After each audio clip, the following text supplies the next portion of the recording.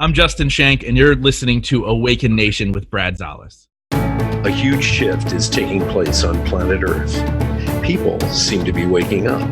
Tired of the way things used to be, they are creating something brand new and changing the world we live in. My name is Brad Zales, and I get to sit down with the next generation of idea makers, the disruptors, and the game changers.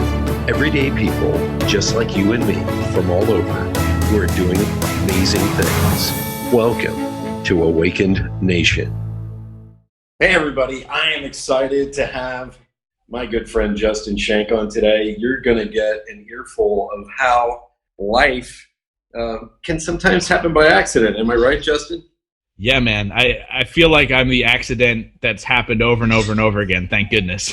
Let me read off your bio because people are going to just love this. It's impressive. Justin Schenck is the host of the top-rated podcast Growth Now Movement and founder of Growth Now, LLC, which is a full-service podcast, production, and coaching company. He has been named a top 8 podcaster to follow by Inc. magazine and chosen as an icon of influence in the new media space. What started out as just something fun to do in order to connect with top influencers and help one or two people along their journey has grown now to become a podcast that is currently getting played in over 100 countries every single week and ranked in the top 15% in the world. Justin now works with some of the world's elite entrepreneurs and business owners like Ed Mylett, Fabio Viviani, and Cindy Eckert. He is also the host and creator of one of the most exciting live events for entrepreneurs and forward thinkers, Growth Now Movement Live. Please welcome to the show, Justin Schenck. Hey, buddy. Your live event's coming up, am I right?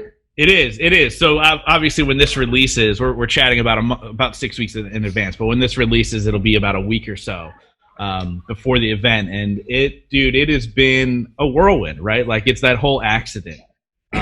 Obviously there's intention. There's always been intention in every decision that I've made. But I've allowed really the universe to kind of present that next step and that next opportunity for me. Yes. Instead of trying to control everything. I think so Yes. often, we talked about this when we ran into each other in Reading, which is my hometown. We were speaking at an event here, and we talked about how, like, you're told that it needs to be a certain way. Like, this is how it needs to happen. You need to wake up at 4 a.m. every day. You need to work out right away. You need to drink 17 and a half cups of coffee by noon, and if you don't do it that way, you can't be rich, you can't be successful, you can't do what you want to do. And that's a bunch of bullshit. And, I think that I'm the living example of that. I agree. And I'll say this, just because you're wearing a Yankees shirt. We were supposed to record tomorrow, and I changed it to today because I'm actually going to a Phillies game in the middle of the day tomorrow because I'm creating the life that I want versus the life that other people tell me that I should have. Wow. And this is what it's all about on Awaken Nation. It's about living the life you want. And people wake up all of a sudden.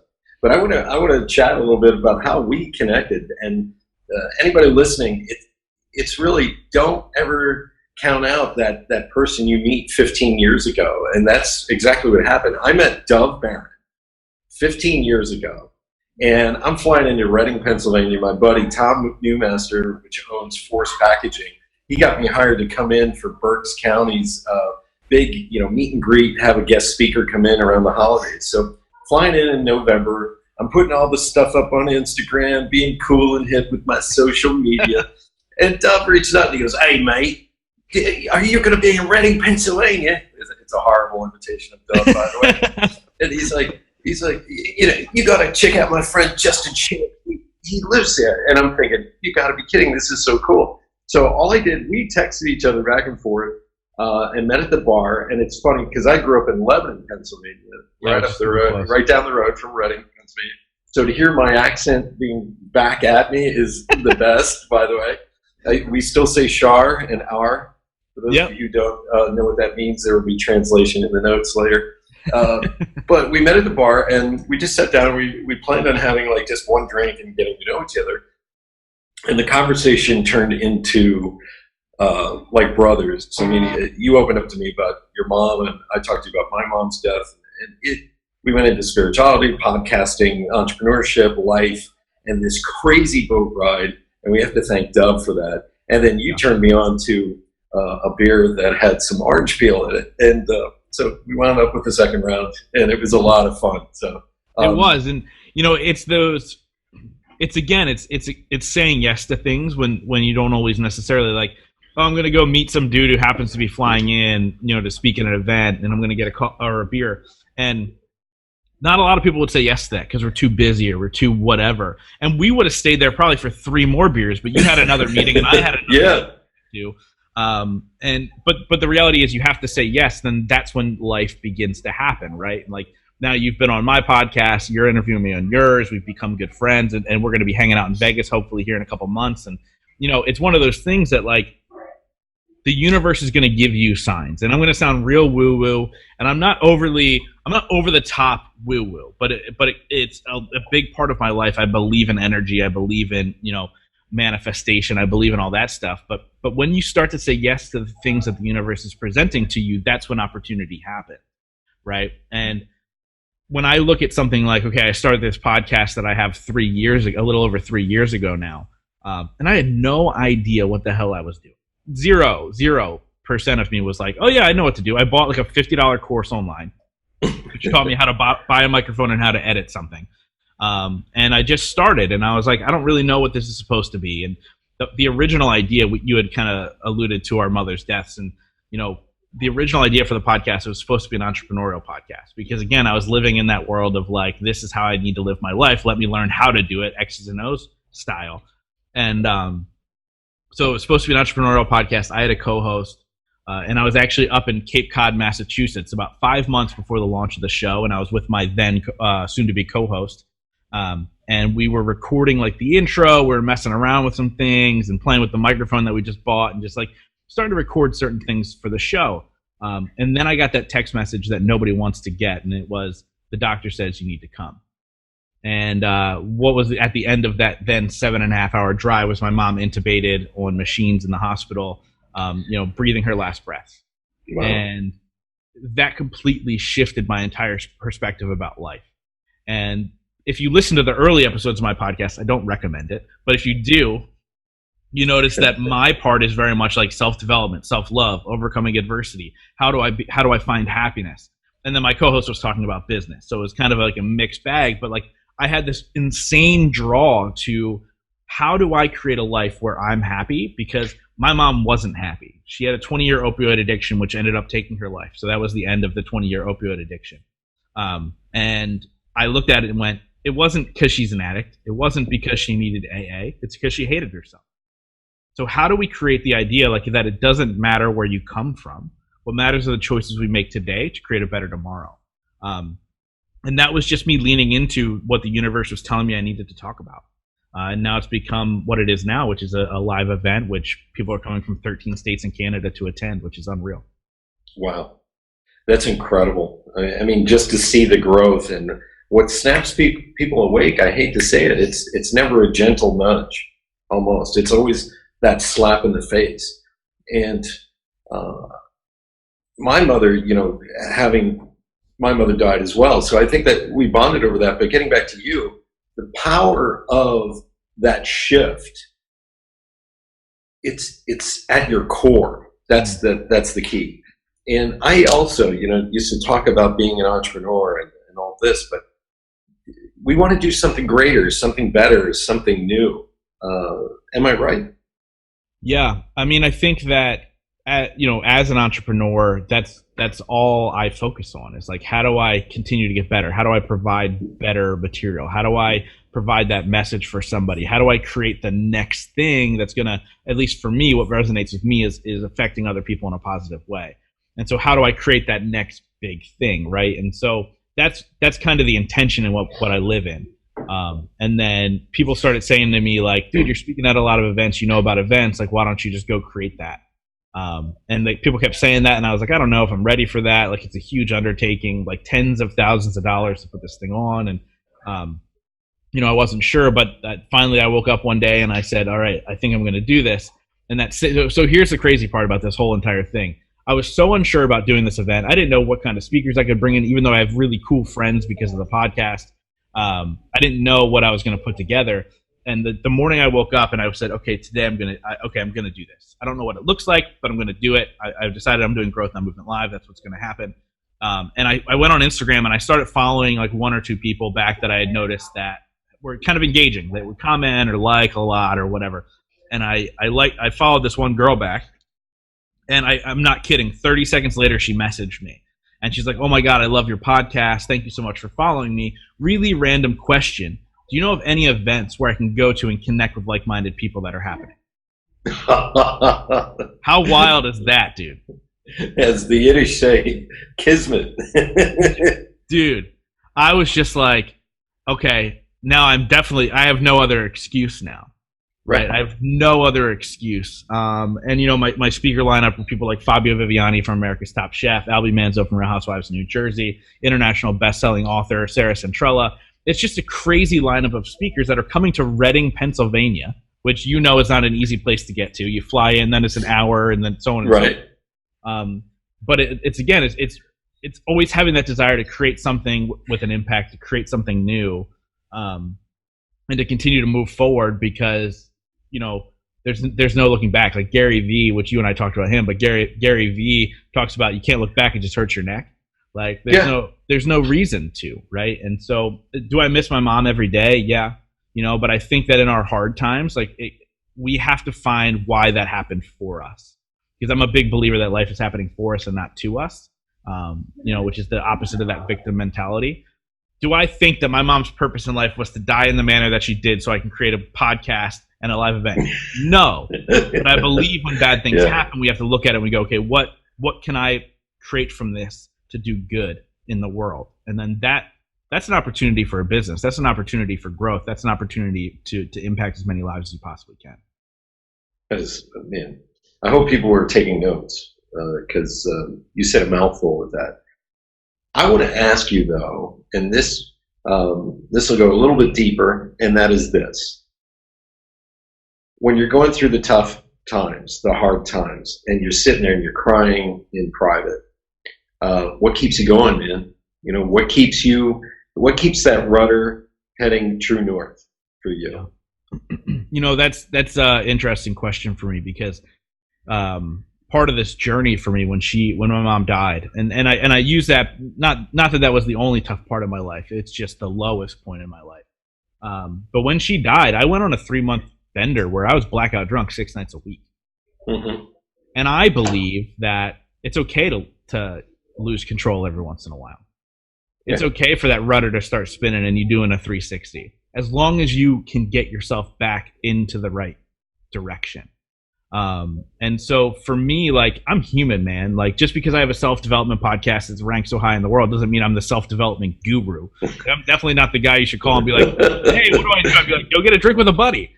But I went down a bad path for about 3 months. And at the time I had a spiritual and relationship coach named Rhonda Smith, who I credit a lot of my successes to because of what she's helped me with. And she called me randomly one day and she's like, hey, what are you doing? I'm like, oh, I'm about to go out and get some drinks with my friends. And she goes, no, you're not. I go, what do you mean? No, I'm not. Like, yes, I am. Like, I've got plans. She goes, no, you're not. You're canceling your plans and you're sitting on the couch and you're sitting in your shit. And I was like, all right. And I ended up doing that. And it was hands down the worst night of my life. When you talk about sitting alone and crying, like, I don't even want to know what my face looked like, man. I avoided mirrors that night. I was crying like a baby. It just hit me, right? And I allowed myself to feel it. And it was terrible. It was horrible. But I woke up the next morning and like this weight was lifted. It was like this whole new person had emerged from it. And so the longest answer possible that I just gave was, you know, I think that the real answer is, like, you have to feel what you're going through. We're told that we need to mask it and we need to hide from it. And, you know, especially as men, we're told that we have to be tough and we're fine no matter what. And we're going to fight through this. Yeah, you will eventually, but you have to allow yourself to feel it or you're going to continue to self-medicate. You're going to go down that path. But I also think it's okay to spin sometimes. It's okay to allow yourself to go through some stuff and maybe have a little fun and blow off some steam in the meantime.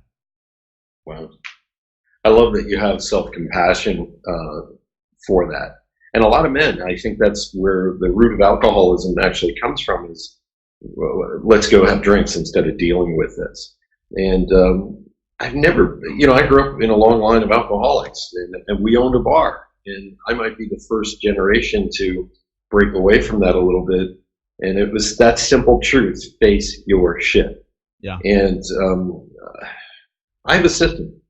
I don't know if you have a system, but if I have someone who dies, or I get betrayed, or I'm angry, I'll put on that sad music for 4 days, wallow in it a little bit, sit and cry, write, talk to myself, do some angry writing, but not touch alcohol, not touch anything that will help me avoid that issue.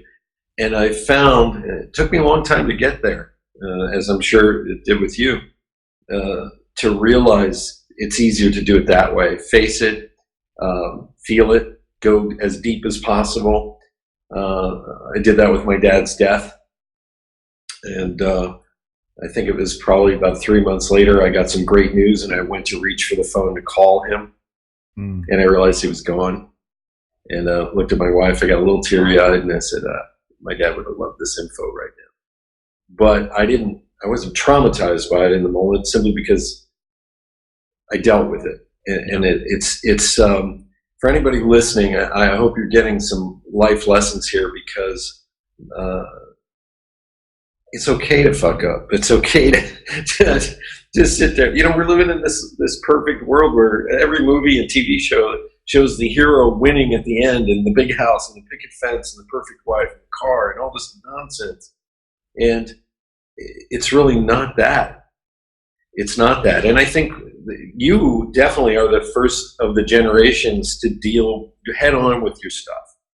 Yeah. Really. Millennials, I admire the hell out of you guys, because you deal with this layers and layers of emotional crap that boomers really avoided and maybe touched on a little bit. But I admire that immensely with you guys.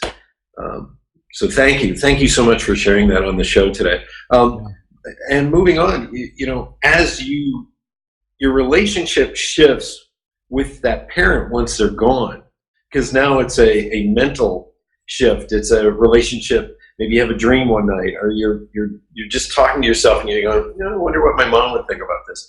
That's where the relationship shifts. That's an interesting thing because of this live event that's coming up, and it's one of the things that I'm most proud of that I've ever done in my life. And I often think, what would she be saying? Like, I think obviously, hands down, she'd be my biggest cheerleader. She'd be so excited. She'd want to take part in it. And I know that day there's probably going to be one or two moments that day that are going to be a little tough that she's not there. Because, it does become that I think you ask yourself sometimes, what if, but also what would she be thinking, or what would they be saying about this, or whatever. I mean, you talk about, when you had that moment of I'm going to reach my phone and call my dad. I actually just had that 2 months ago with my mom, and she died 3 years ago. Wow. And so it was this it almost scared me. Cause I was I literally grabbed the phone, had it in my hand. It was that extreme. And I went, oh shit. It was this weird thing. Yeah. And I mean, you and I are both spiritual. I believe that her energy is still very much around me. And I feel it at times. I actually feel it right now. I have chills right now all over my body. I know that she's around. And I think that in that moment she was probably present, and I was oh, and I was okay, but I think being a little bit more spiritual from that standpoint helps. It helps. Maybe, I agree. But I don't think it is. I agree. For me, I always feel like my mother is there. My grandfather, I remember when he died, he was a big band jazz drummer. And I remember about 2 months after he died, I was sitting there, and I felt his presence right behind me in the car. And I turned on the radio, and it was this big band jazz station that I had never turned to. And it was just boom, boom, boom, boom, boom, boom. And I'm and I started roaring laughing, because I realized that's my grandfather. That's awesome. Yeah, he would love that. So these little God winks, as they call them, these little moments where they say, hey, I believe in them as well. We're definitely, I don't think we just die. The energy stays there. It's around. The soul has to learn its lessons on the journey, but the love bond has them keep coming back to just check in on you, and communicate and guide you a little bit. And what's greater than a mother's love?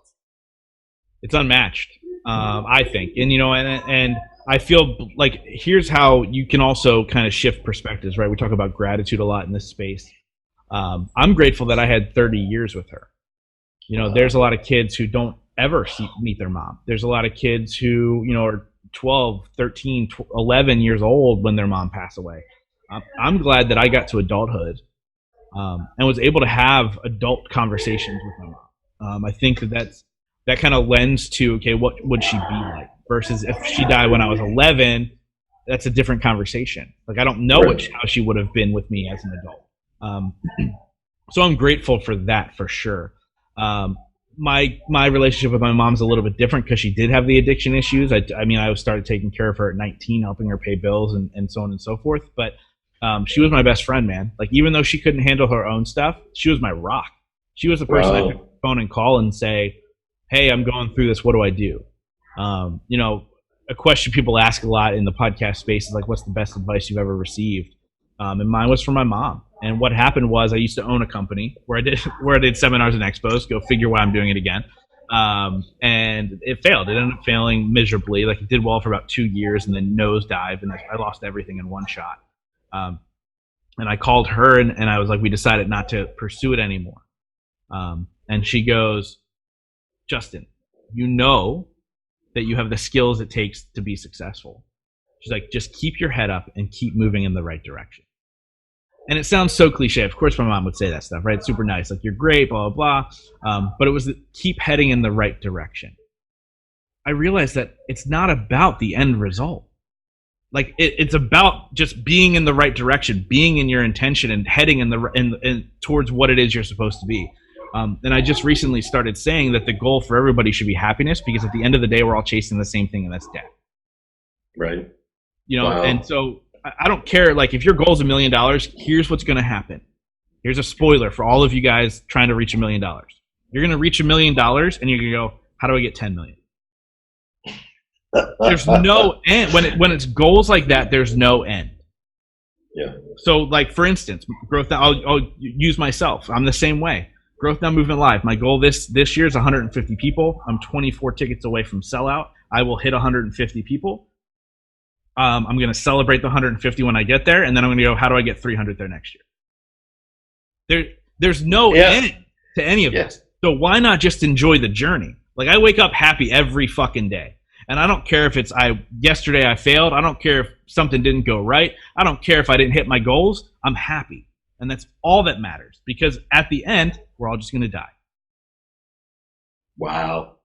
Boom. Write that down, folks. Well, in closing a little bit on our parents and this journey, I remember a friend of mine, this is a long time ago, I walked in the office in the morning, I worked with him, and he said, there's a club, and that club, we all have to join it. And you can't join it by asking. It is thrust upon you. And once it happens, your life will never be the same, because you'll realize you're alone. And I said, well, what is that club? And he goes, that's the club when your parents are gone. And I thought about that. And I don't know about you, but my parents had a very healthy grasp of death. They never avoided the conversation. They would always say, well, when they were talking deep, they always called me Bradley. So it was like, well, Bradley, when I'm gone, my mom would do that.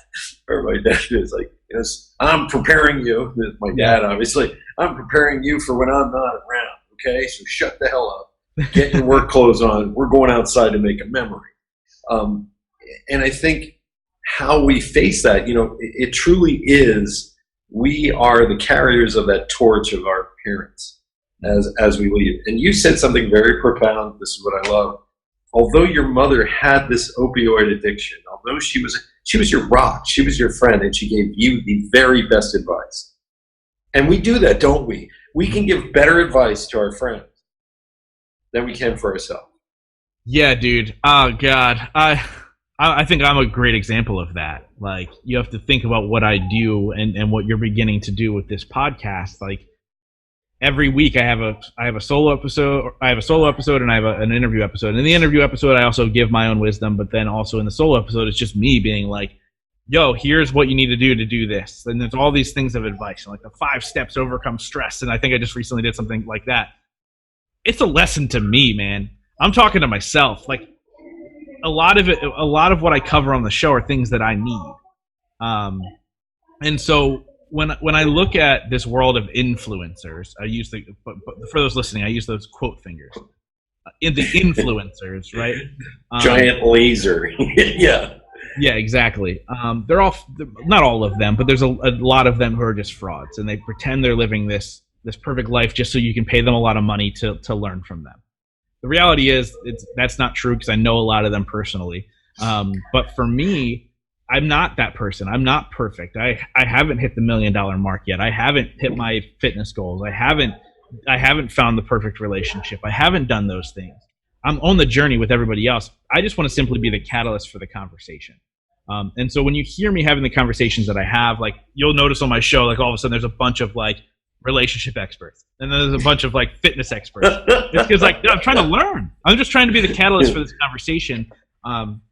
And so, yeah, man, I think for me, like, so I have to remind myself to listen to the advice that I'm giving during certain times, because there's still times where I get down. There's still times where I get stressed. There's still times where I stop working out. It's all happening. But I can sit there and say, no, go do this, this, and this.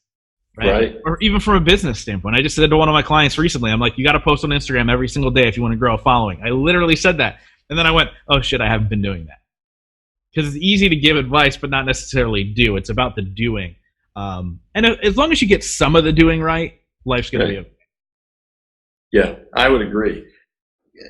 The power of this, and I want to shift the conversation now, because all this spiritual stuff, all this milieu of emotional, turmoil, all this, just kind of letting it go, sitting back, and trusting the universe is going to teach you the next step.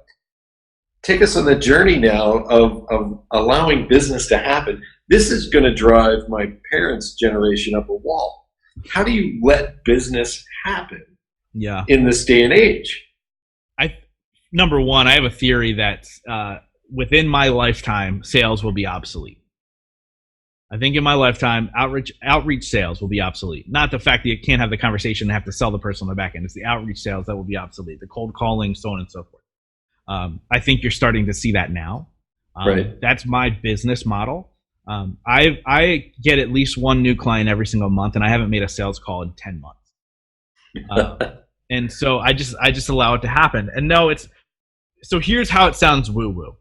I put good vibes out into the universe, and then the universe repays me for the good vibes I'm putting out. What the hell are you talking about? Yeah. That's my dad. No, but like that's like the woo-woo side of it. That's the spiritual side of it. But the reality is I live in an intention.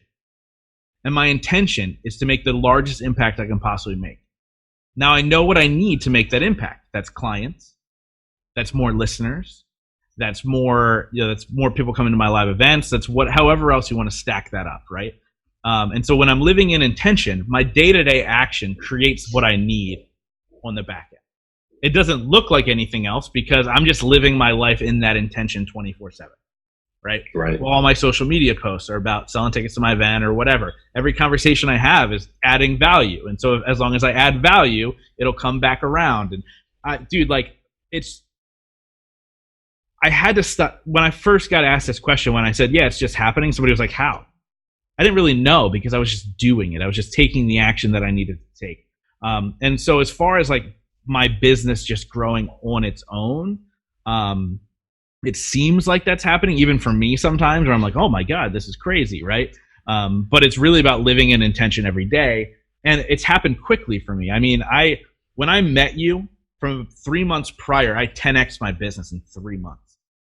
Damn. And since then, I've about 4x'd it since then, right? And so that's incredible. It's crazy. And so when I look at that, I go, well, how did that happen? And it's because I truly believe in what I do. I believe that I'm the best at what I do. I believe that I'm there to help people. I now turn down more people than I accept. I talk people out of working with me all the time. I don't apologize for my pricing. I'm definitely not the cheapest at what I do. But then just recently, somebody reached out to me and they're like, hey, I want to work with you. I listened to your show. And the first call I had with her, she was like, oh my God, I feel like I'm talking to a celebrity right now. I'm like, give me 3 calls after we start working together. You'll find out real quick that I'm not a celebrity. But it's about, I think for me, it was about giving. And I thought that it was happening so quickly, but then I stopped and I took a deep breath and I said, dude, you've been doing this for 3 years. I didn't 4x my business I didn't 10x my business in 3 months. I went from 0 to where I was in 3 years. Mm-hmm. And so it's just really, for me at least, and I don't know how everybody else feels about this or how you feel about this, Brad. For me, it's just about showing up in the manner that of who I am, and with the right intention of giving as much as I possibly can, and the business just happens. And I help as many people as I can for free, dude. I run a podcast mastermind. There's 140 people in there, and I help them all for free. They don't pay me a dime, but it's led to business for me. Damn. Yeah, it's crazy. You just said some Aikido shit right there, man. Because a lot of people, they use the muscle memory, and the intention has to be written out in the strict outline. This is where our business model is going, and they have flip charts and pie charts. And so listening to this is going to blow some people's minds, because it's just sort of the power of intention. I show up, this is what I want to do, and let it happen. Yeah, and so when I hear people's stories, I like to hear specific things. I'll give them. Right. So I just told you some of the speakers that are going to be at my event. I'm not paying any of them. Mm-hmm. So you have to think, the 3 people that I mentioned, 5 of my 6 speakers are all 5-figure speakers, which means every time they show up, they get paid $10,000 or more. And in the speaking world, that becomes like the holy grail. It can become a full-time thing, and so on and so forth. And so actually, Fabio gets paid $25,000 every time he speaks. He's speaking for me for free. So when you talk about living in intention, I had interviewed Fabio, and there's a whole backstory to that about manifesting that, which is crazy. But I interviewed Fabio, and at the end of it, I was like, how can I help you? And I was genuine. I just wanted to help. I just felt like maybe there was something I could do. And I didn't know what that was. I mean, the guy has a company. His companies are projected to do $500 million this year. What am I going to do for a guy like that, right? But I said, how can I help you? And he goes, well, actually, let me ask you this. He's like, how can I help you? Who do you want to interview? And he ended up writing 50 individual emails to people that were elite people to do interviews. Wow. Holy crap. And it was him, too, because he types how he talks with his thick Italian accent. And so it was him actually writing the emails. And in turn, I introduced him to probably 50 or 60 people because he was working on a project that were able to help him out. And That's incredible. Yeah, it's insane. And it changed my life, dude. Because now all of a sudden, every week after week, my guests were insane. It was like this crazy thing. And it was right around the same time as Inc.com when they listed me as the top 8 podcast. And all these things just started to fall into place. But I realized I just wanted to help. And so I literally finish every conversation with, let me know how I can help, or how can I help you? And sometimes I can't. That's just the reality. But I always end all of my conversations with that, because I truly just want to help. And I believe the universe repays that. Sometimes it's direct, meaning I helped Fabio. He's now speaking at my event for free. He's become one of my really good friends. Or sometimes I help somebody and then it comes back around, like Sarah Centrella, who I interviewed her, and I was like, yeah, I'm doing this. The tickets are super affordable. I'm not trying to make a ton of money. I just need to pay for it. I want to break even. I'm not selling from the stage. I just want to impact people. So I want to help people in the audience. And at the end of my conversation with Sarah, she goes, oh, by the way, if you're looking for any women speakers, let me know. And I was like, I would love to, but complete transparency, I'm not paying any of them. And she goes, I just want to do it. Yeah. So it's just, again, that's living an intention of who you are. It is. It's so powerful. And one of my friends, Susie Miller, you know her. Yeah. She and I, we did a series of interviews, live interviews on the millennials juxtaposed against the boomers' parents. And her being a psychologist and all this, we had so much fun. She's spoken at your events Am I correct? And Yeah, she's been on your podcast. She's been on the show. She was on the speaker docket. Unfortunately, she's ill right now. Oh, okay. And the doctor's not allowing her to fly. So, but she was one that I saw her speak at. It's so again that small world. Like Dov introduced us. You were speaking. By the way, you were speaking at an event for a company that fired me at one point, which is hilarious. And then Susie Miller, who her and I spoke at an event together, probably 2 months before I met you, or 3 months before I met you. And then I saw her speak, and I was like, "This needs to be at my event. Like this message is great." Unfortunately, she just let me know about 3 days ago that she's not able to. But it's sad because I wanted her to be there, even if she wasn't speaking, because she's incredible. But she is. But yeah, but again, like that's it, right? Like you just create those relationships, and I believe the power to a lot of things are relationships. It is 100%. I want to thank you so much for being on the show today, but we're going into the lightning round. Oh no! Where I ask you some fun questions. All right. Yeah, get ready. I'm ready, man. I'm ready. What's your favorite album? Cracked Rear View by Hootie and the Blowfish. Oh, nice. Dude, I know that's such a random response, and I don't even know if that's necessarily true. But recently I've been on a Hootie kick, and I've been listening to them all the time in my car. And they're going on tour again this summer. So that's why now, do I think that's the best album? No, but that's one of definitely my nostalgic favorite. Right. And Darius Rucker, is he going to be with them? Yeah. Nice. Yeah. So he had said when he left the band, this is the worst lightning round of all time because we're explaining everything now. Right. But when Darius left the band to go do country, he's like, I'm going to do 5 or 6 albums, and then I'm going to go back to Hootie. So he went, and I think he did 6 albums. Blew it out of the water, like top country star. Yeah. Back with Hootie. I guess it's probably just a summer tour. Yeah. If you ask me what is my go-to song when I'm going through heavy shit, it's Chumbawamba. I get knocked down. Nice. I get up again. I love it. I love it. It's my stupid thing. Yeah.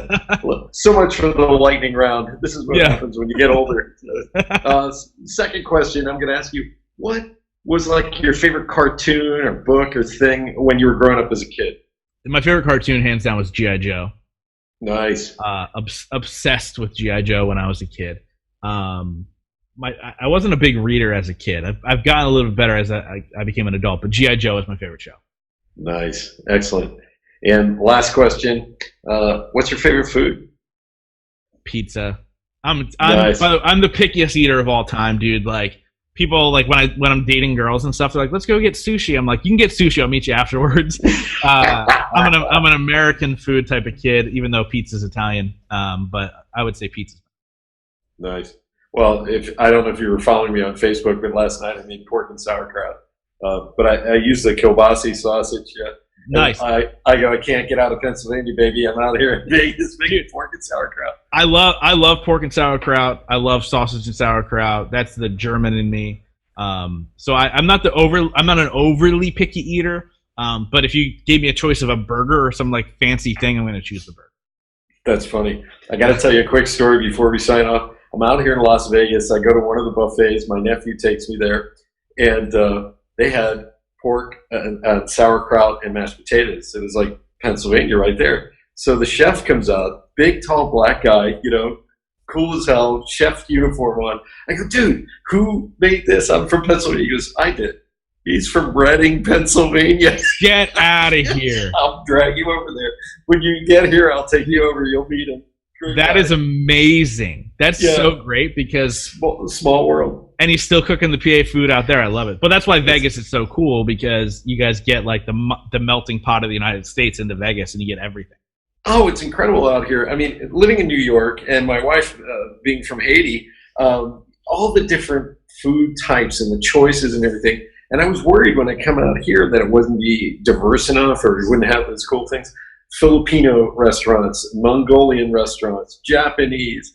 I love it's just incredible out here. So look forward to you coming out, brother. And thank you for one hell of a show. Thank you. Yeah, man. Thank you so much. I'm excited for this show, dude. I think this is incredible for you. It's going to be fun to pay attention and listen to all your other guests, dude. Just thank you so much for having me. Oh, definitely. And I'm going to introduce you to my producer, Elizabeth Ann Hamilton. Yeah, we're having a lot of fun over here getting this thing done. So That's awesome. thank you. I'll let you know when we go live. And thanks for being on Awakened Nation, Justin. Thanks, brother. All right. Have a great day, man. Thanks. Bye-bye. I want to thank you so much for being a big part of the Awakened Nation movement. This is how you can help me and our extraordinary guests. If you guys enjoyed this episode, please share it out on Facebook, Twitter, and Instagram. And let's grow this movement by word of mouth. Our success will be because of you. Thank you, and see you next week.